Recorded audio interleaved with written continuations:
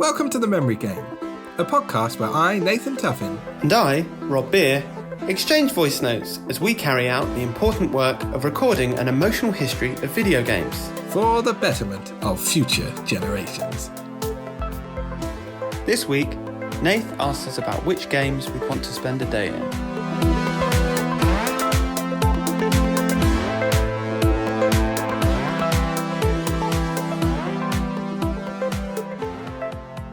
Hey, Blastoise Forgetter! Gear up and select your counter move, buddy, because I'm about to hit you with a super effective blast of Razor Leaf in the form of a question about video games. So a few weeks ago, I decided to try and dip my toe in the waters of viral advertising via Instagram, just to see if we could extend the reach of our humble podcast a little bit. And to do so, I chose a few episode titles, turned them into little pictures, and then boosted them so they'd be seen by people as they do their daily scrolling. If you have found your way to us here via that route, welcome, and please do get in touch and say hello. I'm very proud of every episode we've done, obviously, but it made me realise that some episodes have a much catchier hook or a much easier sell than others, and after the questions were posted, the general rule seemed to be that the more straightforward the question, the more it was likely to garner interest from people out there on the internet. I've been reminded of that as we've recorded this season of the Memory Game podcast because we've had several episodes with lovely, simple, clear questions. And if I do the Instagram thing again, stuff like what games scared you the most, what games do you find the most relaxing, and what video game characters do you feel the most attached to, would all be contenders. However, that also made me realise that this season currently doesn't have one of my zany, slightly more abstract queries in it, the likes of what games would you play in a battle against death, or what have you learnt in games that you could use in a pub quiz. As the season finale has fallen to me, I've taken it upon myself to rectify that. Of course, the direction should be obvious. I've already talked this season about how I don't like to leave characters in games in scary places, because I don't like to picture them being stuck there. And then in the last episode, you had us think about the characters we felt attached to, which inevitably got us to explore feelings of empathy and understanding that we had for video game characters and their situations and the worlds that they inhabit. So the final question of Season 3 is, if you were forced to live inside a video game world for one day, which one might you choose? A couple of caveats, but hopefully ones that don't bind you up too tightly. So number one is that a full day will pass for you, but when you're done, you just pop back at the same time. You've not gone missing or anything like that, so you don't panic about getting back to your family or trying to escape or anything. You've just got to do the full 24 hours inside the game world. Number two, it's not like the Matrix where if you die in the game, you die in real life. If you get hurt or killed by something in the game, let's say you feel some pain or discomfort, but you just spawn back again or restart or whatever is most appropriate to the game that you've chosen. And that's it. I think there is a risk here that we end up including some titles we've already mentioned before, but in that case, I want to really hone in on what you would spend your day doing. So my first choice would be the Lord of the Rings Online, which is a massively multiplayer RPG, very much in the style of World of Warcraft. It was first released in 2007, so it's currently been going strong for 17 years, though I understand it's had quite a few overhauls and a large number of expansions and updates to keep the community interested. I've known about it for ages, probably since it was launched, but only had a first proper run at it a couple of years ago. And I really loved playing it, but in the end, it got a bit too grindy and repetitive for me, which is so often the case with MMOs. But the reason I'd like to live in it for a day is because it's a really faithful recreation of Middle-earth from the books and not the films, though both would probably have been fine. And that's a fictional world that I love very dearly. I reread the Lord of the Rings books every few years. They're an absolute old favourite for me, a big old nostalgia fest. And plus, the nice bits of Middle-earth are so idyllic and quaint and warm that I just feel like it would be, a warm bath experience for me. I'd probably play as a pudgy hobbit, which coincidentally is a nickname my partner Hannah has for me, and I would just plod around the Shire, taking in the sights and getting into scrapes. And then maybe I'd head over to Bree and have a slap-up meal and a nice drink in the Prancing Pony. And if I had the time, I might make the journey to Rivendell and visit the elves, which of course takes several weeks in the books. But in The Lord of the Rings Online, you can do it in a couple of hours, and there's some very nice scenery along the way. My second choice would be The Sims, probably The Sims 4, which I know has come up a lot, and I can hear the groans from listeners as I say it, but do hear me out. Obviously, The Sims games are a simulation of real life, so I am potentially frittering an opportunity to live in a game world where you can stretch the boundaries of reality, or do superhuman feats, or something like that. But The Sims offers the chance to live a day in a relatively safe, pleasant world, but without the consequences of real life. So I could do something like visit my neighbours, then fall in love with them, and have a series of passionate romances all in the space of an hour or so. Then I could randomly insult the mailman and give him a little slap on the face just to see how it felt. And the worst that could happen is that he might give me a little slap back or shout at me or something. And then I could just pootle through a few days of regular sim life. So it was a bit like real life, but without the various responsibilities that I've got. And I could do things like watch telly, read books, cooking, sleeping. Maybe I could learn to play an instrument. Maybe sit in a hot tub for a while. Basically, I want a break from my own life is what I'm saying with this answer. My final choice would be the game Outlanders, which is a very quaint little town-building strategy game where you have these really small game maps and then build little communities with farms and bakeries and taverns on them. And the goal of each scenario is usually something very simple, like produce a big variety of food for your people or make sure everyone has a nice house. It's all very slow-paced and plinky-plonky and lots of fun. I mentioned Outlanders briefly in the episode about games we find relaxing because I've been playing it recently due to its slow pace and low stakes, and I brought it up in that one because even though I was enjoying it, in one playthrough I got stressed out when all my little people started starving to death. But since then, I've realised there's an easy solution to that. You just have to prioritise building a big tomato farm at the beginning of each game. If I lived in the Outlanders world for a day, I wouldn't want to be the god person invisibly putting foundations of buildings down or instructing people to become woodcutters and stuff like that. I'd like to be one of the little people in the village, probably the ones that forage for mushrooms and pick fruit off the pomelo trees. They look like they've got a really lovely life. Or maybe the person who cuts logs into planks of wood. I've never been particularly good at making things or woodwork or anything like that, but I really like the idea of honing in on one skill and then just doing it repetitively so much that you become great at it. Then, in the evenings, I'd visit the tavern, grab a big tomato dinner, and then go home to my little Outlander family. Looking back on those choices, I have basically chosen 3 slow-paced, restful games, which is probably a very telling window into where my head is at the moment, but I stand by them. One game I did consider I'll give honourable mention to is No Man's Sky, which is a dynamic space exploration adventure game that famously has billions of procedurally generated planets, just because it would be cool to fly around in my own spaceship and explore a bunch of vibrant, exciting worlds.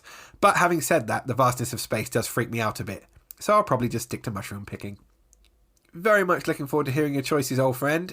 Hit me up! Hey, Pudgy Hobbit. Thanks for sending over the question. I was very tempted to set the little explainer at the start of the episode as, this week, Nath issues a cry for help as he gets us to consider whether he needs a holiday. Because all of your answers seem to be about just having 24 hours where you are abdicated of responsibility. Doesn't surprise me that the Lord of the Rings MMO made it into here. It's, I suppose, a sort of cringe-free way of doing a LARP experience. You're not having to interact with real people, but you get to indulge in all your little fantasies of being your pudgy little hobbit life. I suppose the one thing that I thought about as you were describing your answer, though, was, are you expecting that because you're inside a computer game, walking would take no effort? Because doing a 3-hour hike through the mountains doesn't feel like the sort of thing that you would leap to otherwise, although I assume you would get a horse and instantly have the abilities to ride a horse and all that kind of thing. There's a lot in here, I suppose, to caveat with rules and regulations of what counts as being part of the simulation or the Tron life that we get to step into. The Sims was a bold choice, I've got to say. That really felt like it was front and centre, cry for help. You just want a day off without responsibility. It was some sort of magnificent reveal that you want out of your domestic situation, apparently. Although I can imagine that in 24 hours, you'd still end up committed to the Sims around you. You briefly described having a consequence-free slapping match with the postman, which feels like maybe that's going to happen at some point. That will be the signs that you're having a full psychotic break, is that you've started slapping the postman. But I've known you long enough that even though you know the characters around you would be computer code and NPCs, you'd still end up totally invested in their life and consequences and probably spend the rest of your life after the 24 hours haunted by the question of what's happened to them and where their consciousness is. It reminded me a little bit of the efforts that you went to when you had mice to try and use the humane mousetraps. And I wrote a poem about it, which I might use as the postscript. So apologies to anyone that doesn't want to listen to my bleak poetry. But the shorthand version of that story was that I think you'd either heard or encountered through previous experience the horrors of using the sticky pad mouse traps, where there'd been a mouse that had got stuck in the pads and you'd come down to discover that they'd 39 hours style just gnawed through their own feet to escape, like gnawed off one of their own legs, and that you didn't really want your daughter to see that, so you tried to go the humane mousetraps route. And you did this before you had your second baby, but you were telling me that you were hearing the traps going off and then getting up in the middle of the night and then driving them a mile away from your house and releasing them in the woods, and then getting back into bed, having reset the trap up just to hear another one click, and how short-lived that attempt was to... I don't know. What's the end of that story? That's not my full counter question, but how did that actually pan out? I can't remember what happened. Did you bring in the big guns and the chemicals and the business? Or did the humane traps and your commitment to driving them to the woods stay the course? I watched a little video of Outlanders just to make sure that I was thinking of the right game, and it did look very pleasant and lush. And I wondered whether you wanted to be transported into the mind of the little people that are doing the work, or just their body. There's definitely something to the idea that there's comfort in hard graft and work, but again, I'm assuming that you would find it an effortless experience, like the act of chopping down trees and bringing them back and harvesting giant tomatoes would not be grating or physically exerting in a way that you experience in the outside world, because otherwise it sounds like you just want to go work on a farm, and that would be great. You can go do that, Nath, if you want. There's a great Fleet Foxes song called Helplessness Blues, and it ends with the refrain at the end of if I had an orchard, I'd work till I'm sore. And I suppose it's a rumination on the idea that there's too much uncertainty in the modern world, and that you just want, it would be lovely to just be a sort of functioning cog in some great machine. And farming is, I suppose, the closest we can get to that. There's absolute and inherent good in just growing crops to feed to people and things. Although I listened to an interview with George Monbiot that made me question all that, so everything is complicated. On to my answers. I tried to think of 3 categories here that didn't involve me just taking a day out of my domestic situation and sitting around, because, I like my life. Shots fired. The first one I thought of was just sort of straight up fun, and then instantly it veered into some sort of hedonism trip. So I have been accusing you of having troubling answers, but this is my most troubling. So you caveated that death was not a problem, and then picked 3 games where you're just sitting around eating tomatoes. But under the terms that you describe, I'd want to play something like Halo. It would essentially be a sort of adrenaline-filled paintball experience for 24 hours. And specifically, I then thought, maybe that'd be the one. I had vague memories of a game called Narc, which was for the Xbox or PlayStation 2, where you played as like a dirty cop that worked for the Narc department, and it let you use drugs. It was like street names for the drugs, but they were obviously like, there was just like crack and ecstasy, but they were basically sort of like power-ups that had no negative consequences to them. Maybe they did if you took too many, sort of blurred the screen or something. But just, give me that 24 hours of absolute hedonism. Although I would worry about what would happen when I snapped back and no time had passed and I just sort of lost myself to that. And what would I then be chasing to re-establish myself in that 24-hour world? It's the thing that's kept me away from hard drugs is not an interest in whether I'd enjoy them, but whether I would be able to enjoy life outside of them. So, what a cowardly custard way to live. Rather than just giving 3 answers that were me trying to shoot people and do drugs, I thought of a second sort of criteria, which was, I'd go somewhere really stylish, somewhere I wouldn't have access to normally, or at least, just inhabit somewhere really interesting. And it brings back to the landscapes question, I suppose. But the one that I thought of was the BioShock Infinite DLC. I think it's called Buried at Sea. And there's one, I think there are 3 chapters to that, but one of the chapters takes place inside Rapture, but before the fall. So on the eve of, well, it's the New Year's Eve party, because that's one of the nice elements of the game, is that in the original BioShock, there's lots of evidence that there was a sort of party and then it's spiraled out of control.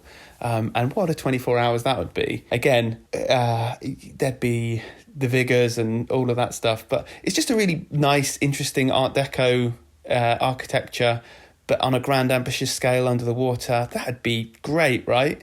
Especially if I did it, maybe I'd do it the day before the New Year's Eve party, so it's just people running around trying to do admin and make sure there's enough plates and knives sorted, rather than it, witnessing a revolution, a bloody and horrifying revolution. And the third thing that I thought of is maybe I should do something consciousness bending. So, okay, my first answer was hard drugs and the second was taking part in a revolution. But there are things here that we could do that would take us totally outside of the human frame of thinking.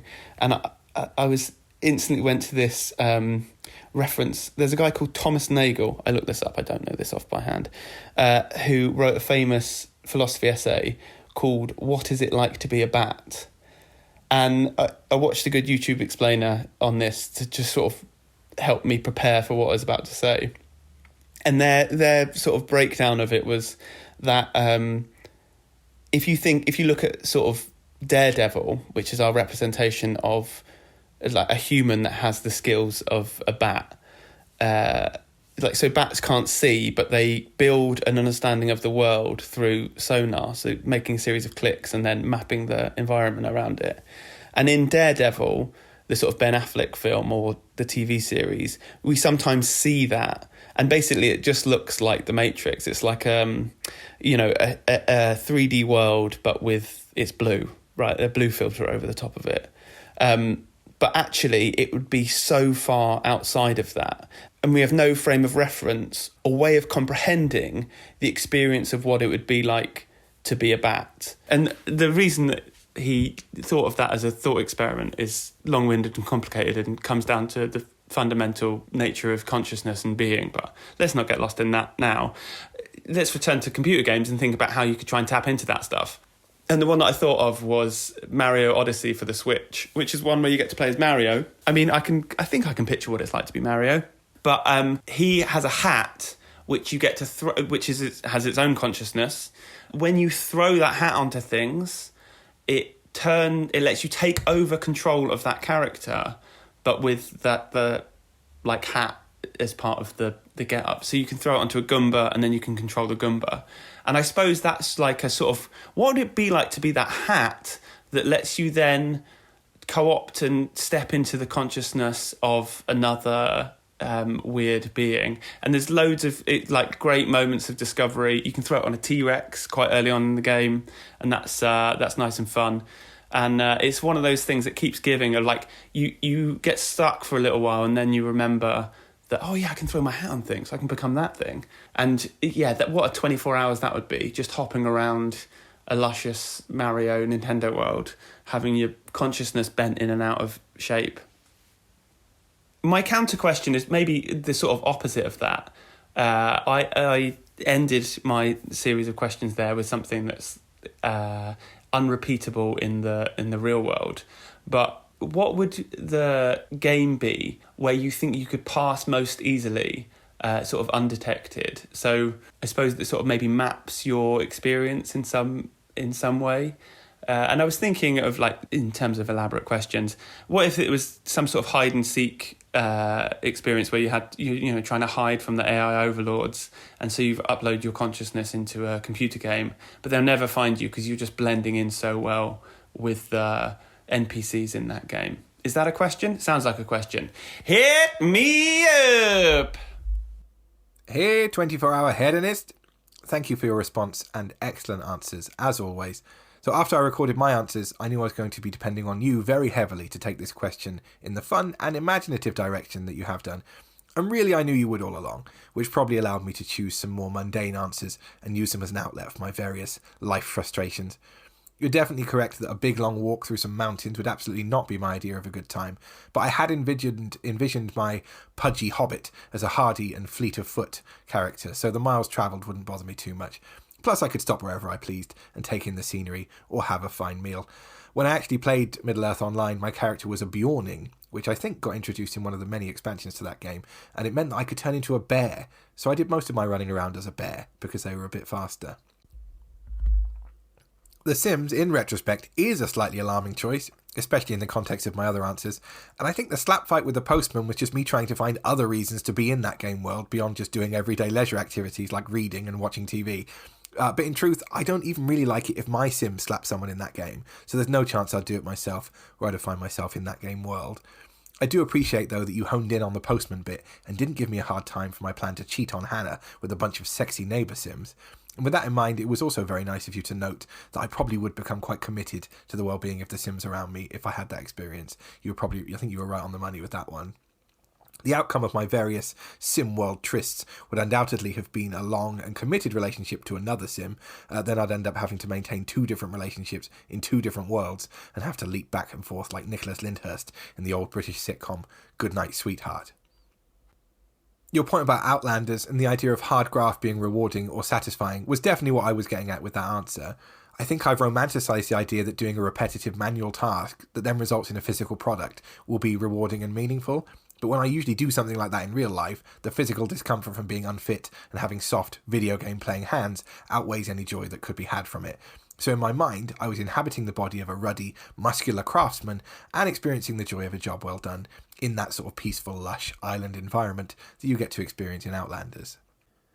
For your choices, when you mentioned Halo, I thought, oh yeah, there would be loads of fun to be had running around in a game like that, or TF2 or Overwatch, where there is a bit of violence, but it's not gory or bloody, and you get that adrenaline rush without serious consequences. But then I was quite surprised when you threw that to the side and went with Narc and decided to spend your 24 hours slinging drugs down your gullet in a gritty game world where you can use your position of authority to sell drugs without consequences, frame people for crimes they didn't commit, and gun down hundreds of faceless gangsters. The other 2 choices, though, felt like you really got to the heart of how powerful this experience could be. Just like, when you mentioned getting to live in the amazingly crafted world of Rapture in the Bioshock universe, but before things got bloody and horrifying. Ultimately, what that is it taking an experience that you just couldn't ever have in real life, could never be replicated, and seeing this amazingly created world in person, live. I think that's a very good use of the parameters of the question. And the hat in Mario Odyssey is a perfect choice. That game world is vibrant and beautiful, and it would be fun to experience anyway, but bending consciousness and experiencing what it would be like to inhabit the minds and bodies of others, and all these different creatures in that game, that's going to change your perception of reality forever. And that would arguably come anyway in this scenario, or in certain ways, just as a result of being a human thrown into a video game world. But in this case, you're doing it within that context, like in various layers. Kind of like Inception in that way. The philosophical point about our perceptions compared with the perceptions of a bat was really, really interesting, and you sent me a little explainer video, which I'll link to in the show notes. It kind of reminded me of a short story I came across on YouTube once, and it was about a person who had total blindness, and they had someone else explain to them the view they could see out over the sea, or something like that. And the more this person explains what they're looking at, the more they have trouble finding the right words to describe everything. I think the story itself had a wider message or point to it that I've forgotten. I'll see if I can find the clip and put it in the show notes. But there's a little bit after the person who's explaining what the sky and the sea and everything looks like. He's done that and he says, so does that help you picture the world better? And the person with blindness says, well, no, I've never seen anything. So I've got no points of reference. I can't really picture anything. And the other person says, well, what do you picture in your mind's eye then? Or something like that. And he replies, well, me describing nothing to you is just the same as you describing something to me. And that stuck with me very much. And I guess it kind of intersects with this idea that we can never really perceive something in the exact same way as someone else, which you found a very creative way of tackling and kind of breaching new boundaries with this answer. So with that in mind, I declare your final answer of the final episode of this season, Becoming Mario's Hat and Living in the World of Mario Odyssey, to be the champion answer of Season 3. A medal is in the post right now. On to the research note. You were about 60% right with your memories of the mouse situation I got myself into, which you captured beautifully in your poem. I remember that period of time when you were writing those poems. It was one of my absolute favourites, and I will look forward to hearing you read it out in the postscript. So the stories about mice chewing off their feet, I think we'd heard those at university, where we all lived in that dreadful sort of student accommodation, which usually had at least a few mice. There were quite a few horrifying stories from different people that we knew that had found ways to catch and dispose of the mice in their houses, always ending with a bit of regret at the resulting horror show from whatever they'd decided to do. So I was familiar with that idea and possible outcome, but we've had visits from mice for years, ever since we've moved into this house, and I don't think at any point would me or Hannah have entertained the idea of anything other than a humane solution to the problem, even if the little bastards were tearing through all of our dried foods and shitting everywhere. So the real issue came one night where it was clear that we had more than one mouse in our food cupboards, as they'd gorged themselves on a bunch of rice and shit all over the place. And I'm aware this is straying from video game territory, but there is a kind of interesting crossover with technology in here that's kind of adjacent to the themes of the podcast, so hopefully it's still relevant. When we first caught a mouse in one of the humane traps, it was around 8 p.m. in the evening. I googled what you should do, and all of the advice that came up was that you need to take the mouse at least 2 miles from your house, or they're going to find their way back, willing to make that treacherous journey for the promise of a consistent food source. I was also told by the various search results that mice can't survive more than a few hours without food or water, so if you leave them in a humane trap overnight, there's a chance they're going to starve to death or die of thirst, and that wasn't a very pleasant idea. And Hannah was several months pregnant at the time with my son. My daughter was away at a sleepover, but I'd had a few beers, so I couldn't drive. So Han had to drive us to a recreational ground about 3 miles away, where I released the mouse. The thing I should have done was take the traps down, so obviously as soon as we walked back through the door, I checked the mouse cupboard again. There was a new visitor, so we turned around and immediately went back to the wreck to release the second mouse. After I found that mouse, I did take the traps down, but of course I forgot one. So when we returned from our second trip, I was planning to go to bed, I walked into the kitchen and then I remembered the final trap, and of course it resulted in a third 6-mile round trip to release that mouse. In my real life job, I come into quite a lot of contact with academic research, and I'll occasionally read some of it if I find it interesting. And recently I've ended up reading quite a few studies on AI and search engine algorithms and how that links to the spread of misinformation. One thing it made me realise, which I know is probably common knowledge for lots of people, is that companies can pay to be higher up on a Google search list, and that accounts for quite a large chunk of search engine revenue. And this, of course, means that the results aren't ordered by accuracy or truthfulness. And with that mouse problem, I've subsequently realised that the top 20 or 30 pages on what to do with a captured mouse are all from the websites of professional exterminators, in which the information is all geared towards you hiring their services or purchasing their equipment. And I've since found that it's unlikely a mouse will make it back to your house in a big built-up urban area, because there are loads of sources of food that would distract it, and if you dribble a bit of water through the air holes of the mouse trap, they're not going to immediately keel over within 4 hours if you want to leave them overnight. Still, it does feel like this might be a great idea for an indie game, and it's where you play as a mouse who's been caught in a humane trap and dumped in a field 3 miles from where you were caught, and then you've got to make your way back to that original house through a city full of dangers. Perhaps you could make it a bit more quirky and exciting, and make the mouse's true motivation not food, but that they've seen the person who captured and released them was going to be a victim of a murder, and you've got to return in time to warn them and prevent it. Copyright Nathan Tuffin, 2024. No one steal my idea. Anyway, we do still occasionally get mice, and we go and release them. It's not really a big problem anymore. The bit of the story, though, that I did nearly omit, but I've decided to keep in, was that when I released the last mouse at that wreck, and I went to get back in the car, just off in the distance, glaring out from the darkness, I did notice the glowing eyes of a hungry fox. Other research notes, in Narc that you mentioned, some of the drugs had no real negative consequences, so weed, ecstasy, speed, LSD and quaaludes, all things you could consume in that game. They all had world-altering effects, some of which were useful and some not so much. But then crack or cocaine seems to have been much more useful in terms of what it helped you do in the game, but there was a chance of getting addicted, which is a sort of negative game state. And then there was also one called Liquid Soul, which was very useful in the game. It's an imaginary drug just made for the game. But that almost always put you in an addiction state when you used it. But you could find a cure to it with an imagined antidote drug called Protodone. On to your counter question on games where I could convincingly blend in with NPCs to avoid detection from some sort of AI that's hunting me. I thought I would go with the indie game Papers, Please, because I've done a lot of repetitive, detail-heavy administrative jobs in my life. So I thought sitting in a border control office looking over papers would be a job that I could do without raising too many eyebrows. And of course the second answer I could give would be the various Hitman games, because of the many times I've taken work as an elite assassin for hire. Whoops, did I say that one? Cut that out please, Rob. Okay, that wraps it up. Much love and hugs to you, buddy. See you in the season recap. And bye!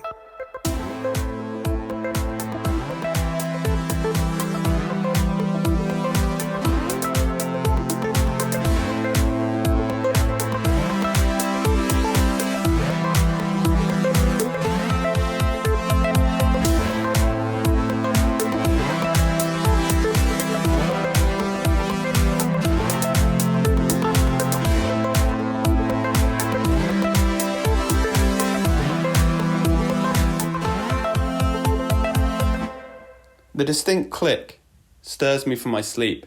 My slippers are on before words emerge. Got another one, dear. 3 miles at midnight is barely a drive. I open the trap and the mouse scarpers, off to find his cousins. I stumble back home to bed. I'm welcomed by a grumble. Just get the pads. But there's no fight in it. I just couldn't let Nye face the sticky paper, the struggling squeaks, or worse, the remnants of just the feet, and the glimpse of the survivor in the following weeks, hobbling on his last legs. Nope, not on my watch. What we really need is some fresh troops to replace the legion of cats that left when Barbara moved. We're down to just 2 of the laziest prowlers around. At this point, they're just sheepdogs, manoeuvring the herd into the plastic cages that click me awake like the ticking of an irregular clock. I must say, it doesn't feel very humane. Memory complete. Uploading memory.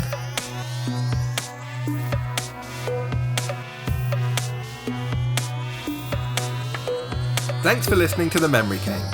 If you would like to share a gaming memory with us, ask us a question or send us your thoughts, you can contact us at memorygamepod@gmail.com or on Instagram @memorygamepod.